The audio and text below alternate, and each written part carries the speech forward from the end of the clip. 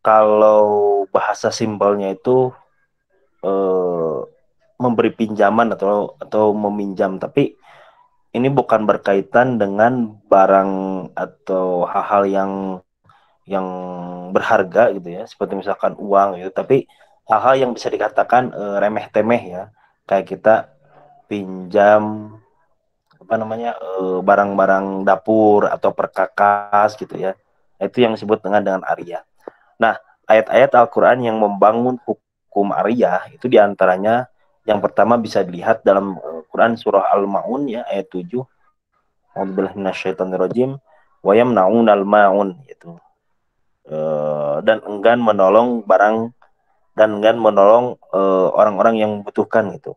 Jadi ini sebuah kecaman terhadap orang-orang yang tidak mau menolong ya.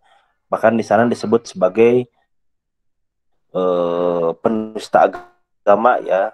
Ara'aital ladzi yukadzibu biddin padzalikal ladzina yadu'ul yatim wala yakhuddu ala ta'amil miskin ya. Terus sananya wa yamna'unal ma'un.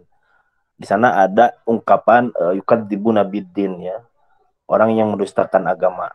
Jadi celaka orang yang sholat tapi masih tetap menghardik anak yatim, tidak membantu orang miskin dan tidak mau menolong ya. Oyam naunal maun. Maka sebuah kecaman bagi orang yang secara hubungan vertikalnya bagus kepada Allah, tapi secara hubungan horizontal sama manusia itu kurang bagus ya. Itu dibahasakan oleh Quran surah Al-Maun sebagai pendusta agama ya. Jadi orang yang mendustakan agama itu tidak harus menyobek Al-Quran, tidak harus menghina Nabi ya. Kita sholat, tapi terhadap tetangga, terhadap sesama, kita berperilaku buruk. Nah itu disebut juga sebagai pendusta agama. Dalam artian agama yang diyakininya, agama yang dianutnya, atau ajaran yang dipercayainya, itu tidak memiliki implikasi yang real terhadap sesama manusia ya. Padahal kan agama itu diperuntukkan untuk kemaslahatan manusia ya. Nah, kemudian yang kedua bisa dilihat dalam Quran surah Al-Maidah ayat 2 ya. Wa ta'awanu 'alal birri wat taqwa wa la ta'awanu 'alal itsmi wal udwan. Wattaqullaha innallaha syadidul iqab. Dan tolong menolonglah dalam hal kebaikan dan takwa, jangan tolong menolong dalam uh, apa perbuatan dosa dan permusuhan. Bertakwalah, sungguhnya siksaan Allah itu amat berat gitu ya siksaannya. Nah, dari ayat ini bisa diambil kesimpulan bahwa kita dianjurkan, kita diperintahkan oleh Allah Subhanahu wa taala untuk melakukan tolong menolong sesama sesama makhluk. Nah, ariyah ini salah satu bentuknya dari al-muawanah bainan nas ya. Uh,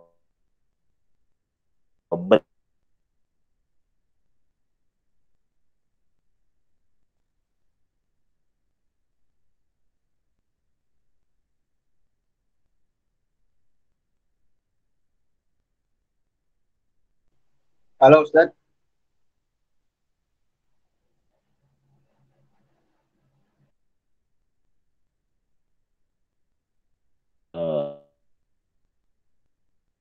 tetapi jika sebagian kamu mempercayai sebagian yang lain, maka hendaklah yang dipercaya itu menunaikan amanatnya, dan hendaklah ia bertakwa kepada Allah, dan janganlah kamu para saksi itu menyembunyikan persaksian ya. Kitman syahadah, menyembunyikan persaksian. Dan barang siapa yang menyembunyikannya, maka sungguh ia adalah orang yang berdosa hatinya, dan Allah Maha mengetahui apa yang kamu kerjakan. Dalam hal ini perintah untuk berperilaku amanah ya, bahwa ketika kita meminjam sesuatu dari orang lain, maka barang yang kita pinjam itu harus dijaga dengan penuh amanah. Nah, dari tiga ayat ini ya, membangun hukum ariyah. Yang pertama, bahwasanya kecaman bagi orang yang enggan enggan untuk membantu orang lain ya. Bahkan dalam surah Al-Maun dikategorikan sebagai yukadzibuna biddin ya, orang yang mendustakan agama. Kemudian di ayat yang kedua tadi dari surah Al-Maidah menunjukkan bahwa ini selaras, kalau yang dari surah Al-Maun itu nahyun ya, bentuknya larangan. Otomatis mananya nahyu an syai'in amrun an diddihi ya. Bahwa perintah larangan terhadap sesuatu berarti perintah untuk kebalikannya, ketika kita dilarang tidak menolong sesama manusia, maka diperintahkan untuk saling menolong sama manusia. Nahyun an syai'in nahyun an syai'in amrun an diddihi, atau bisa aja sebaliknya ya, amrun bi syai'in nahyun an diddihi. Jadi kalau diperintahkan terhadap sesuatu berarti dilarang kebalikannya. Kalau kita diperintahkan untuk sholat, berarti larangan untuk meninggalkan sholat. Kalau kita diperintahkan untuk saling tolong menolong, berarti dilarang untuk tidak saling tolong menolong. Nah, kemudian yang ketiga, diperintahkan untuk amanah. Untuk amanah ini lebih kepada orang yang meminta bantuan atau meminjam, orang yang meminjam.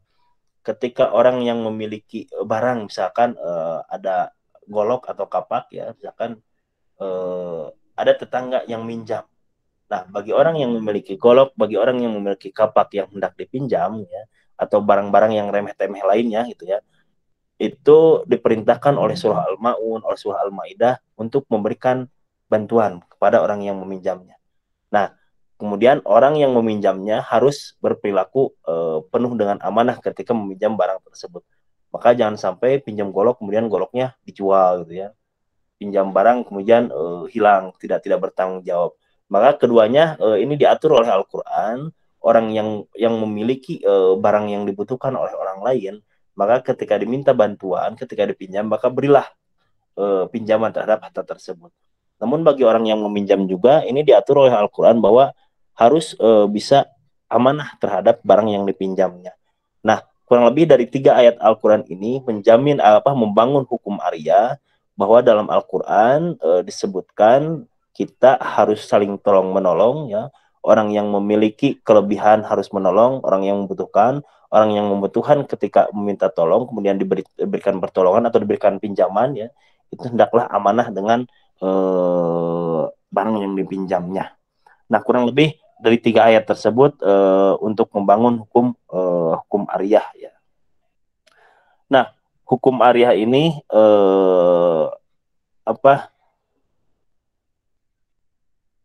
dalam hadis ya, dalam hadis yang diriwayatkan oleh Imam Ahmad kemudian Al-Hakim ya, maksudnya Rasulullah bersabda, alal yadi ma akhadaj hatta tu'addiyah ya.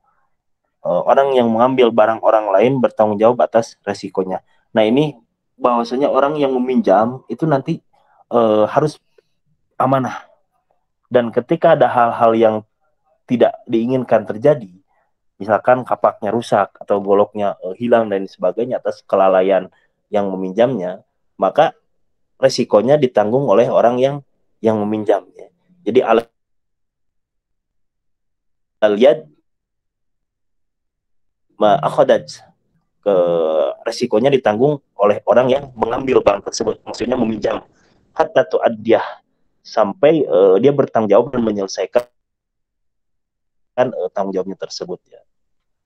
Kemudian dalam hadis Abu Dawud Al-Hakim ya, maksudnya Rasulullah pernah bersabda, laisa alal musta'ir ghairul mughil dhamanun wala alal musta'id alal mustaudi' ya ghairul mughil dhamanun. Pihak peminjam yang tidak bersifat khianat tidak dikenakan ganti rugi. Nah, di sini ketika seseorang yang meminjam kemudian dia tidak berkhianat, kemudian dia menyebabkan barang yang dipinjamnya itu rusak atau dan sebagainya, maka dia tidak dikenakan ganti rugi. Nah, dalam hal ini para ulama berbeda pendapat ya, ketika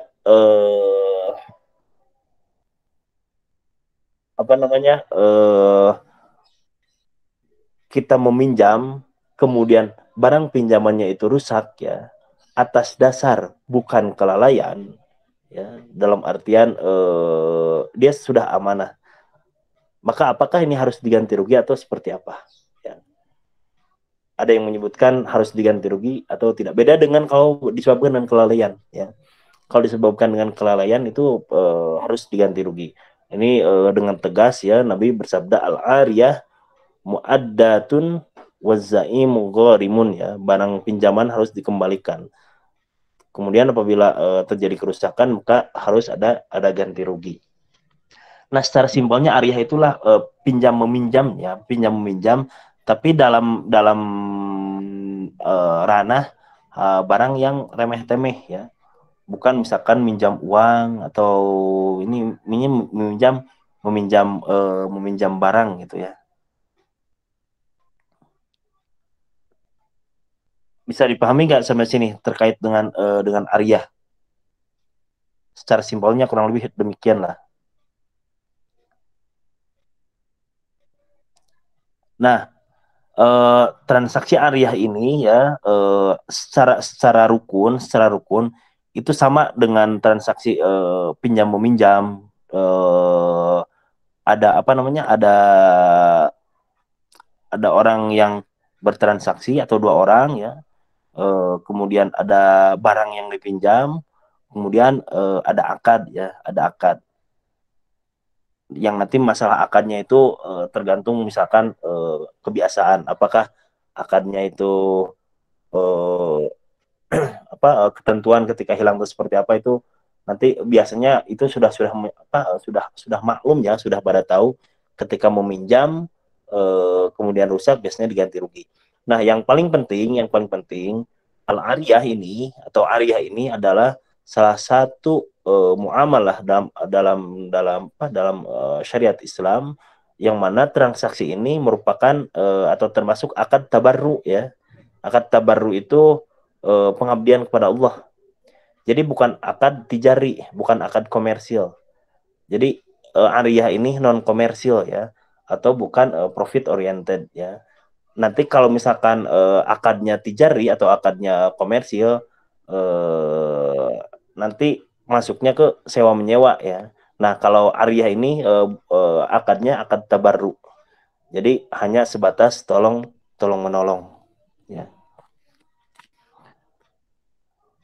Nah, kurang lebih itu terkait dengan Ariyah ya. Simpelnya kurang lebih demikian. Silakan, ada yang mau ditanyakan nggak terkait dengan Ariyah? Kalau misalkan gini Ustadz, tolong menolong kepada orang yang non Muslim gitu, gimana Ustadz? Hukumnya Ustadz? Apakah boleh tidak Ustadz? Ya, itu sangat boleh ya. Sangat boleh. Selama tidak ada unsur alal ismi wal udwan. Ya. Selama tidak ada unsur alal ismi wal udwan. Justru tolong menolong itu tidak ada tidak ada sekat agama ya, tidak ada sekat bangsa, tidak ada sekat kelompok, atas nama kemanusiaan ya. Berarti kalau misalkan gini Ustadz, oke lah mungkin tolong menolong kepada non Muslim nggak Pak? Non Muslim masih diperbolehkan Ustadz ya. Tapi kalau tolong menolongnya ini dalam artian mungkin mengantarkan dia ke gereja gitu Ustadz. Misalkan kita punya teman ya Ustadz, nah dia minta tolong karena motornya rusak mungkin, tolong antarin dong ke Kalau gereja gereja gitu. gimana? Ke gereja Ustadz. Ya, Itu gimana Ustadz? ya. Apakah itu termasuk dilarang karena kita membantu dia dalam hal berpaling Ngan, kepada Allah itu? nganter gitu apa gimana? Maksudnya tolong menolong gimana? Iya Antum Ustadz, cariin ngantar. dana buat pembangunan gereja atau gimana? Enggak Ustadz, ngantar aja Ustadz, nganterin teman ke gereja, dia mungkin mau ibadah gitu Ustadz. Ya, itu tidak jadi masalah. Justru kan kita diperintah untuk menjaga kepercayaan orang lain, diperintahkan untuk menjaga tempat ibadah orang lain. Ini bukan tentang kita setuju, ya, ingat, bukan tentang kita setuju, tapi untuk justru untuk menjaga nama baik Islam itu sendiri, ya. Nah, ini terkadang salah dipahami, gara-gara misalkan misalkan orang bekerja sebagai Gojek, terus ada yang order gitu ya, ternyata destinasi atau alamat tujuannya adalah ke gereja, kebetulan di hari Ahad misalkan, kemudian di cancel ya, padahal udah jelas itu akadnya juga bukan ngebantu orang melakukan atau bukan tentang dia akan ikut serta menjadi seorang Kristiani misalkan itu ya. Dalam hal ini bukan tentang kita membantu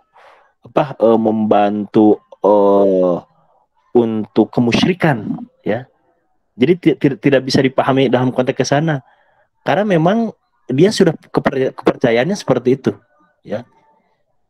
Dan tidak ada paksaan juga dalam agama. Nah, justru sebaliknya, ketika kita enggan mengantar dengan alasan nggak mau non muslim, nggak mau gini, nanti itu efek buruknya bukan hanya sekedar ke personal, tapi ke agama. Dia agamanya muslim, terus masalah kayak gitu aja, tidak ada kemanusiaannya. Nah, justru ini akan menjadi mencoreng agama Islam itu sendiri, ya. Nah, ketika seperti itu, justru itu dilarang, ya. Justru dilarang, bahwasanya kita harus menjaga marwah Islam itu harus terjaga. Tapi jangan dipahami bahwa kita menolong di sana, kita percaya dengan keimanan mereka, ya. Seperti itu. Oke, Ustaz. Kecuali kalau kita ikut mendakwahkan, ayo misalkan ke agama lain atau misalkan ke gereja dan sebagainya, itu baru. Siap, dalam perjanjian dalam piagam Madinah juga kan sama seperti itu. Jadi ada jaminan ketika misalkan bahkan seorang non muslim sekalipun, dalam artian bukan muslim, bukan Islam, ketika diganggu, ketika itu kan mendapatkan pertolongan dari orang muslim. Jadi harus saling tolong menolong, gitu. Karena kalau umat Islam tidak berkontribusi terhadap tolong menolong dalam artian kemanusiaan, meskipun di sana ada kaitannya dengan kepercayaan, nanti akan kembali buruknya ke Islam itu sendiri, bahwa Islam itu tertutup, tidak memiliki nilai kemanusiaan dan lain sebagainya, ya. Apalagi kalau bertemu dengan orang yang cara pandangnya negatif terus, ya habis itu. Kalau kayak itu akan menimbulkan fitnah, gitu. Kurang lebih kayak gitulah. Silakan, ada lagi yang mau bertanya?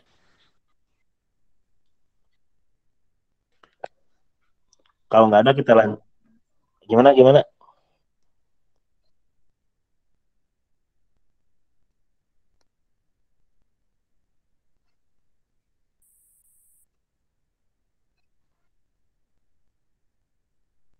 Ya boleh.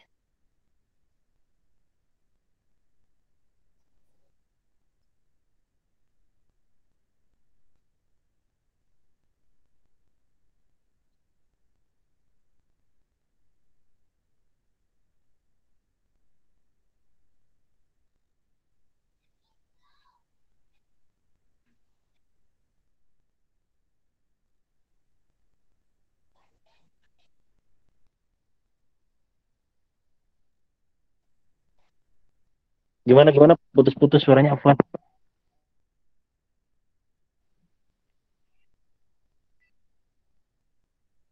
Ya,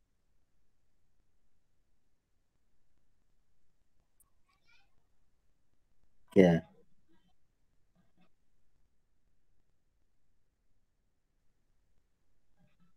ya. Terus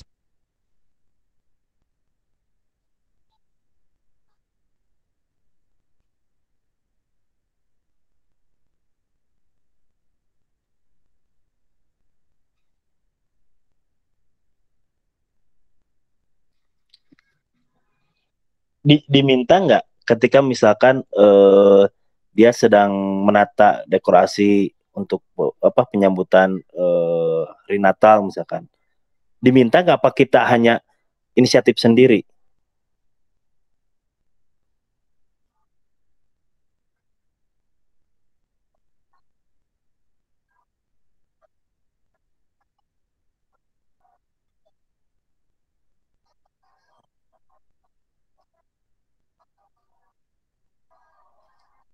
Nah, dalam hal ini, ya, ini tidak punya hukum yang tetap. Dalam artian tidak punya hukum yang tetap itu dalam beberapa kasus itu bisa diperbolehkan. Tapi dalam beberapa kasus itu dilarang. Namun yang paling penting ketika tidak ada urgensi di sana, itu tidak perlu dilakukan ya. Dan kalau kita inisiatif atau malah sengaja melakukan, justru itu nggak boleh ya.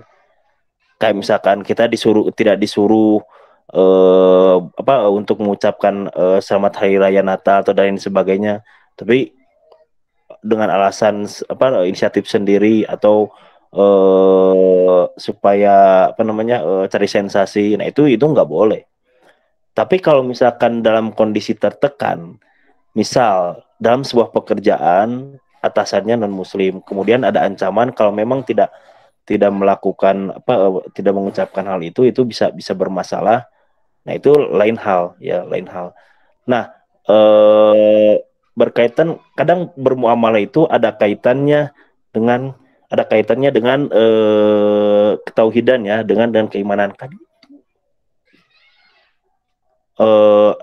Kalau kita lihat konsep tentang menjaga keimanan ya, dalam artian kan ini ada kaitannya dengan keyakinan ya, masalah Natal itu tentang Islam dan non muslim lah gitu. Kalau memang ada urgensi tersendiri, kalau memang ada yang memang dianggap betul-betul urgent dan tidak bisa dilakukan, kalau misalkan ditinggalkan ini akan bermasalah. Nanti ada dua pilihannya sebenarnya ya. Ada dua pilihan. Yang pertama bisa mempraktekkan konsep yang diterapkan oleh Bilal ya. Ketika Bilal dipaksa untuk melakukan atau mengucapkan kalimat kemurtadan, dia menolak. Dan segala resiko dia tanggung ya. Konsekuensinya mau digimana, mau dicambuk, mau dijemur dan lain sebagainya, dia tanggung. Dia tetap konsisten dengan keyakinannya tanpa mengucapkan kalimat kemurtadan.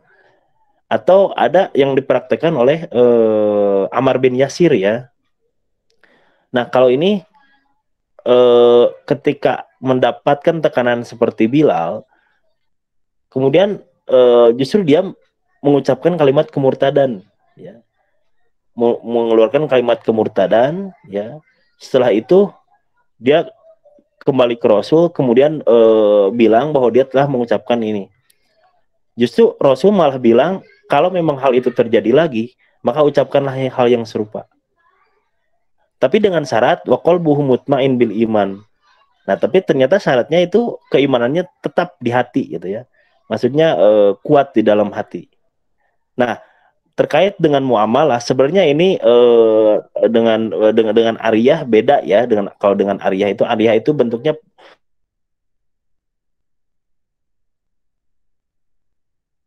bermuamalah, muawanah, saling bantu membantu, tapi pinjam meminjam ya. Pinjam meminjam, kemudian itu disebut atau dengan akad baru itu disebut sebagai ariyah ya. Tidak dikomersil, tapi tidak jadi masalah. Ini terkait dengan sosialisasi atau terkait dengan bermuamalah dalam cakupan umum, bukan hanya pinjam meminjam. Dalam konteks ini bermuamalah dengan non muslim. Nah, ketika kita bermuamalah dengan non muslim, lihat latar belakang, lihat konteks yang ada, lihat situasi dan kondisi itu seperti apa. Kemudian baru kita bisa mengambil hukum bahwa ini boleh atau tidak, atau makruh, atau malah wajib gitu ya. Atau malah wajib. Ketika misalkan seorang kepala negara ya, kalau memang dia tidak bisa merangkul karena memang misalkan tidak bisa merangkul rakyatnya ya, maka akan menimbulkan kekacauan ya. Misal di Indonesia itu terdapat umat Kristiani misalkan banyak. Ketika seorang pemimpin tidak mengucapkan selamat hari raya Natal, kemudian diprediksi konsekuensinya ya, kalau tidak ikut serta mengucapkan itu akan terjadi kericuhan, akan terjadi misalkan chaos ya, akan rusuh ya.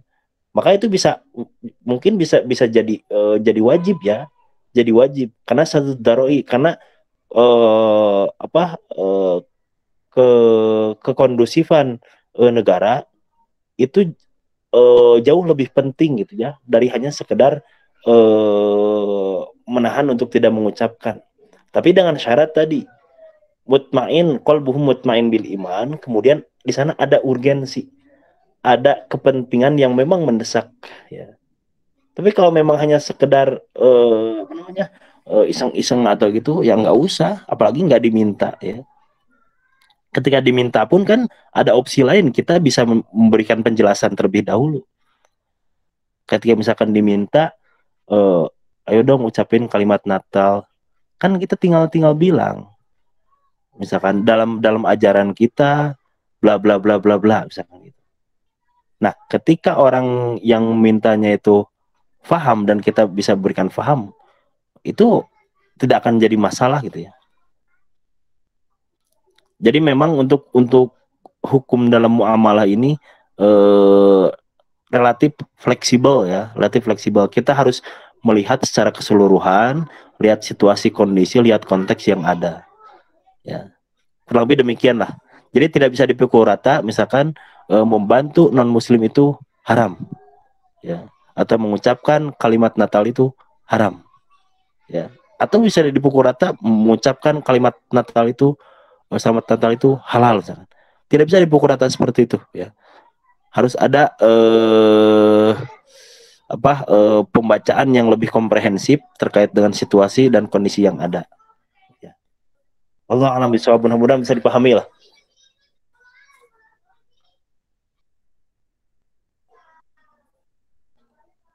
Silakan, ada lagi nggak? Jadi Arya itu pinjam biasa ya, seperti biasa gitu. Kayak antum misalkan pinjam sendal dong, nah gitu kan. Tapi dalam Islam itu dijaga, diberikan perhatian gitu ya, dalam artian hukumnya ada gitu. Ini berdasarkan Al-Qur'an. Dan memang secara fikih itu ada rukunnya. Orang yang meminjam, orang yang dipinjam, kemudian barang yang dipinjam, kemudian akad ya. Tapi akad itu nanti bisa berubah, tidak harus diijab kabulkan, bisa menggunakan kebiasaan atau kebudayaan ya, al-adatu muhakkamah itu. Jadi ketika antum misalkan ke temennya, pinjam sandal, antum, ya silakan pakai. Nah, di sana itu ada kesepakatan yang memang tidak tertulis tapi sudah disepakati. Kalau misalkan hilang nanti harus diganti. Kalau misalkan rusak nanti harus diganti. Jadi lebih ke barang, Ustaz. Ya, barang yang remeh-temeh. Iya. Syukran, Ustaz.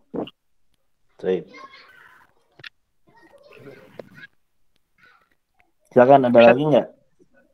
Tapi Ustaz, ini makalahnya ada, Ustaz. Makalah siapa? Ya, yang hukum Arya.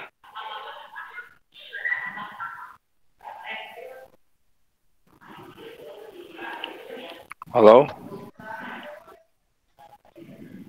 Oh, udah ini. Udah ada makalahnya, tapi bagian siapa ya yang Arya? Sudah hadir yang pemakalahnya? Iya, makalahnya aja yang ada, tapi beliaunya gak ada gitu.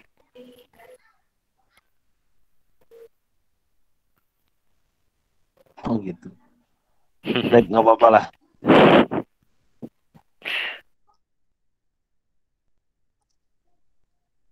Silakan, ada yang ditanyakan aja terkait dengan tadi Arya.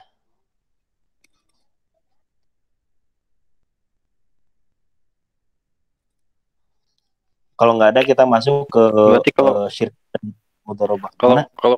Kalau karena tidak kesengajaan, nggak perlu di ini, Ustaz, atau disepakati. Kalau tidak kesengajaan itu para ulama berbeda pendapat ya, karena memang dua-duanya ada di riwayat. Saya belum meneliti lebih lanjut terkait dengan dua riwayat tersebut, asbabul wurudnya dan konteksnya seperti apa. Yang jelas kalau ada kerusakan itu harus diganti rugi.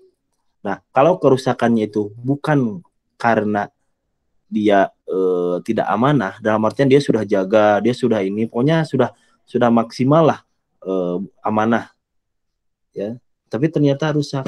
Nah itu kalau saya pribadi itu bisa dibahasakan atau bisa dimusyawarahkan dengan si pemilik barang. Ya. Dalam artian kalau memang harus diganti rugi, ya itu harus diganti rugi. Alangkah baiknya diganti rugi. Ya. Meskipun bukan karena kelalaian. Karena ini sebagai bentuk terima kasih dan bentuk tanggung jawab terhadap barang yang dikasih pinjam atau sebagai bentuk balas kebaikan terhadap kebaikan yang diberikan kepada si peminjam gitu ya.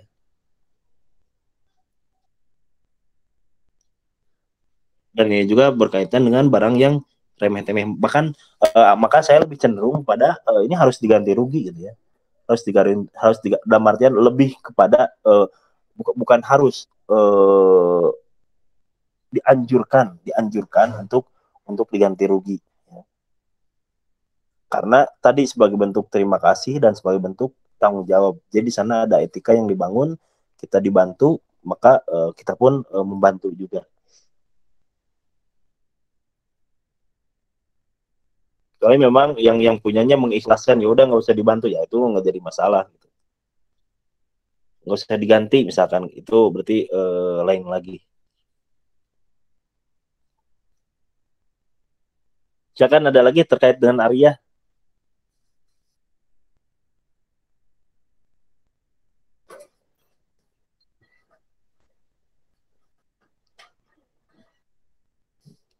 Kalau enggak, kita lanjut ke pembahasan selanjutnya, yaitu tentang syirkah dan mudharabah. Nah, syirkah dan mudharabah ini setidaknya ada 3 ayat ya yang membangun hukum syirkah mudharabah ya. Yang pertama bisa dilihat dalam surah Shad ya ayat 24. Wa inna katsiran minal khulata liya bagi ba'duhum ala ba'din illal ladzina amanu wa amilus solihati wa qalilum mahum. Dan sesungguhnya kebanyakan dari orang-orang yang bersyarikat itu sebahagian mereka berbuat zalim kepada sebagian yang lain kecuali orang-orang yang beriman dan mengerjakan amal yang soleh, dan amat sedikitlah mereka ini. Maksudnya di sini bahwasanya praktek syirkah ya al-khulata ya, khulata itu makhluk dalam artian bercampur baur. Dia bagi ba'du mala ba'din ya untuk mendapatkan sebagian dari mereka. Nah, mereka banyak berbuat dolim ya. Ini ayat ini menunjukkan bahwa dalam transaksi syirkah ya, transaksi syirkah itu banyak yang berbuat dolim.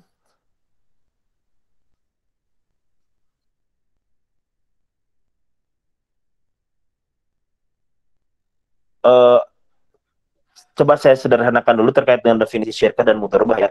Syirkah dan mudharabah ini keduanya sama-sama artinya bekerja sama ya, kerjasama.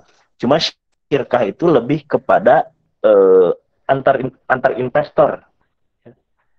Jadi misalkan si A dan si B misalkan punya modal dua-duanya membangun sebuah perusahaan.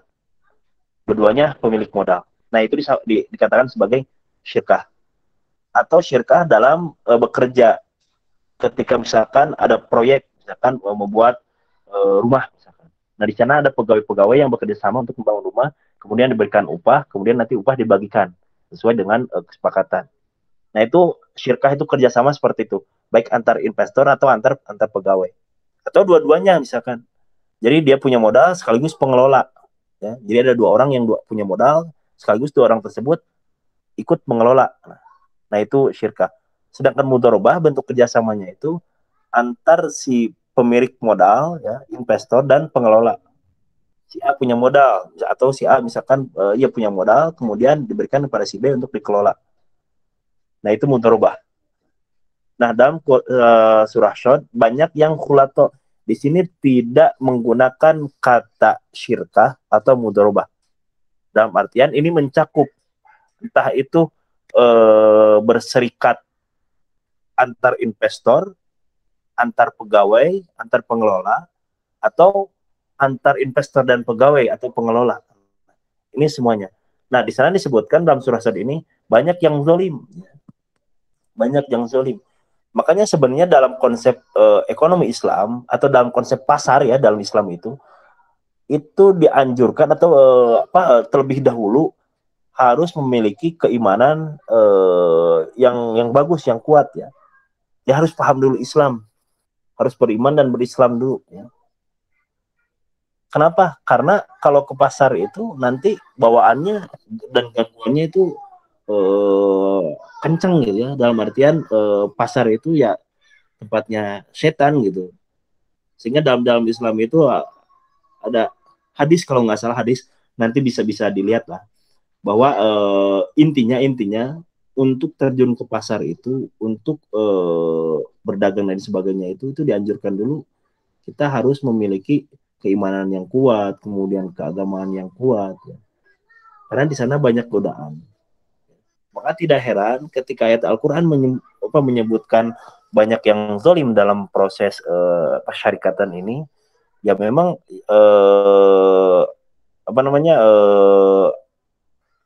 ketika di pasar atau ketika berbisnis itu ya bawaannya atau godaannya kencang gitu. Nah, kemudian yang kedua tentang ayat-ayat yang membangun hukum syirkah dan mudharabah ini bisa dilihat dalam surah An-Nisa ayat 12 ya. Fa in kanu aktsara min dzalika fahum syuraka'u fis sulus. Jika saudara-saudara seibu itu lebih dari seorang, maka mereka bersekutu dalam yang sepertiga itu. Nah, ini lebih kepada kata syuraka ya, kata syirkah. Maksudnya di syirkah di sini bekerja sama atau mendapatkan bagian dari sepertiga ya. Ini terkait dengan waris ya. Terkait dengan waris. Jadi dari harta sepertiga, jika saudara-saudara seibu ya, akhwatul lil ya, jika lebih dari satu orang, maka bagiannya adalah sepertiga dibagi saudara-saudara seibu tersebut ya.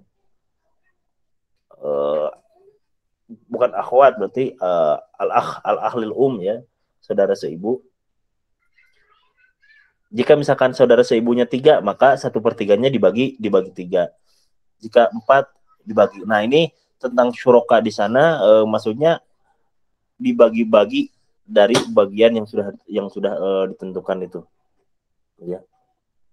Ini lebih kepada kata syurakanya aja ya. Nah, kemudian bisa dilihat dalam surah Al-Mujammil ayat selanjutnya, ayat 20. Wa qaruna yadribuna fil ardi yabtaguna min fadlillah. Dan orang-orang yang berjalan di muka bumi mencari sebagian karunia Allah ya.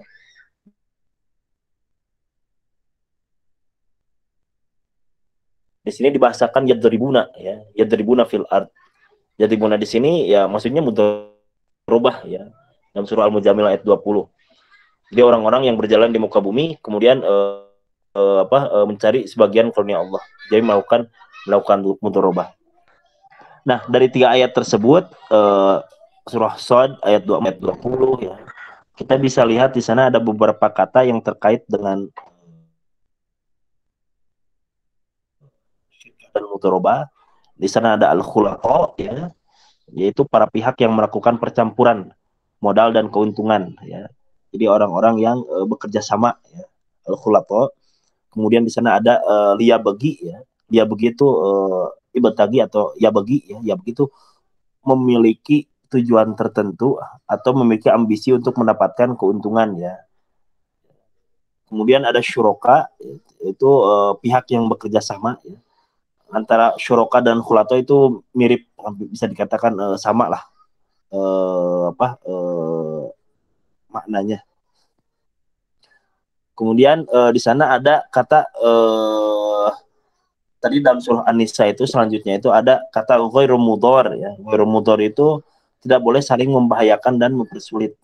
Nah, dalam transaksi mudharabah dan syirkah itu harus dibangun spirit ghairu mudhar. Jadi tidak boleh saling mempersulit, apalagi menzolimi ya.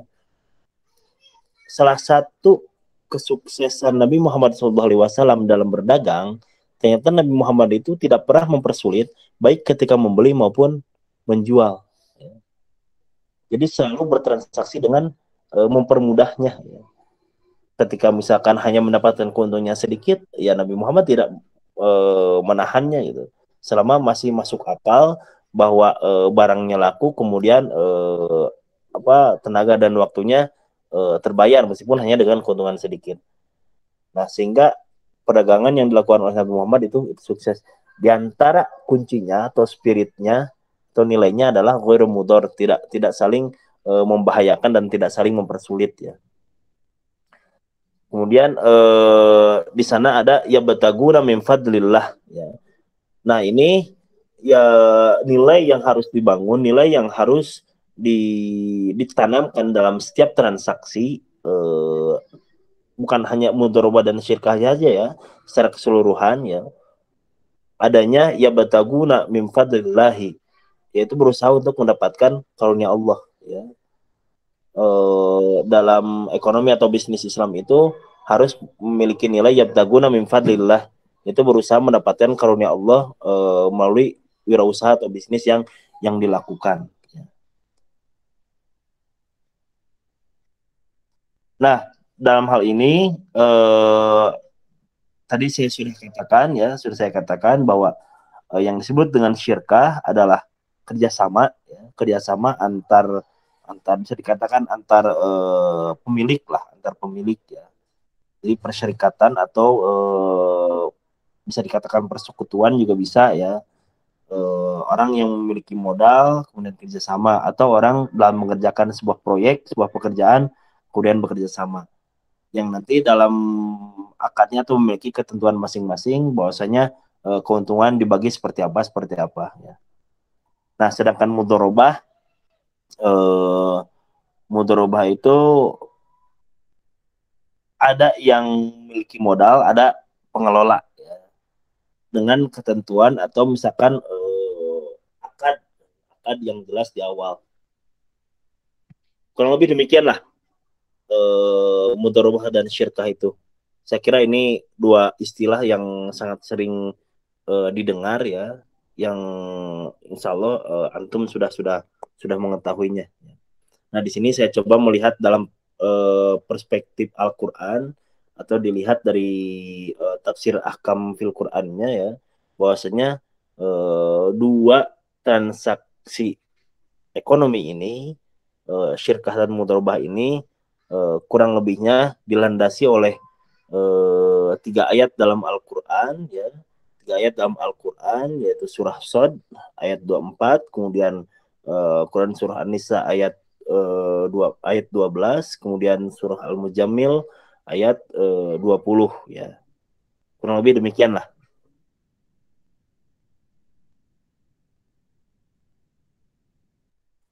Silakan, ada yang mau ditanyakan terkait dengan syirkah dan mudharabah?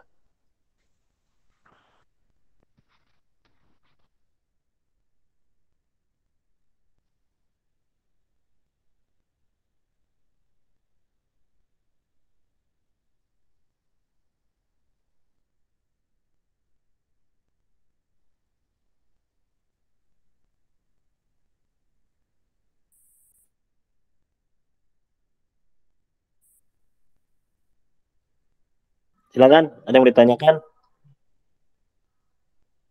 Bisa dipahami?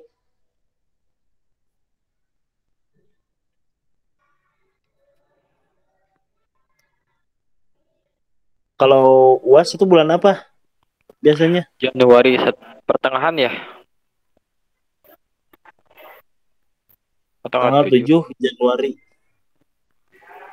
Berarti berapa pertemuan lagi nih? 3 lah. 3. Yang tersisa berapa tema lagi?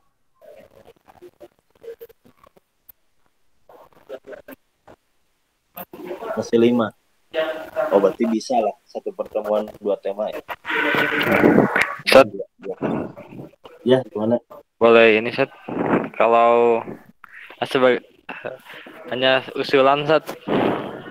Kalau Ustadz menjelaskan boleh sambil screen gitu, sambil diliatin gitu itunya. materinya. Iya, supaya lebih paham gitu. Kan di samping baca sendiri kita juga mendengar penjelasan dari Ustadz gitu. Ada ini apa namanya buku panduan terkait dengan tafsir ahkam. Tapi ini milik universitas apa gitu ya, Win Surabaya kalau nggak salah. Nanti saya coba cari dulu, kita bisa mengacu ke sana lah sebagai apa namanya bahan acuan atau ya mapelnya. Nanti saya share di grup.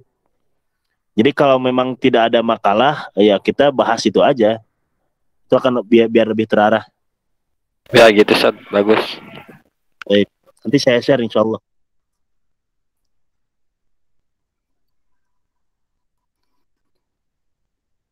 Silakan, ada lagi yang mau ditanyakan?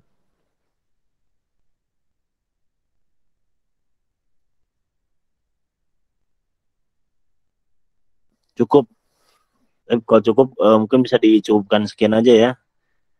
Kita cukupkan sampai sini. Kita lanjutkan insya Allah minggu depan. Berarti minggu depan apa pembahasannya?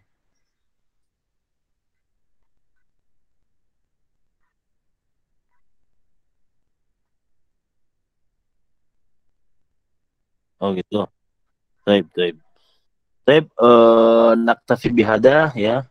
Mohon maaf jika banyak kesalahan. Terima kasih pada rekan-rekan yang sudah hadir pada perkuliahan kali ini. Mudah-mudahan dicatat sebagai amal soleh. Amin ya Allah ya rabbal alamin.